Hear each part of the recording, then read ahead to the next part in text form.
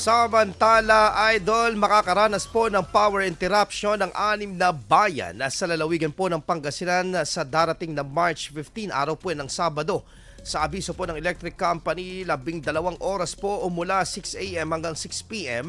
magkakaroon po ng kawalan po ng kuryente sa buong bayan po ng Bogalion, Aguilar, Lingayen, Binmaley, Mangatarem at Urbistondo. Maliban po sa mga barangay ng Pasibi East, Pasibi West, Bitwaga, Balangay, Batangcoa at ang Duplac at ang Malacca.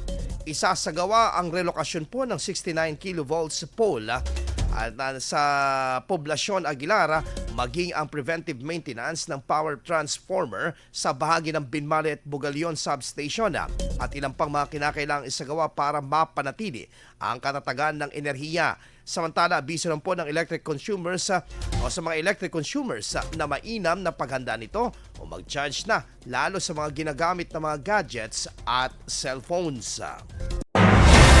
IFM News. IFM News. IFM News.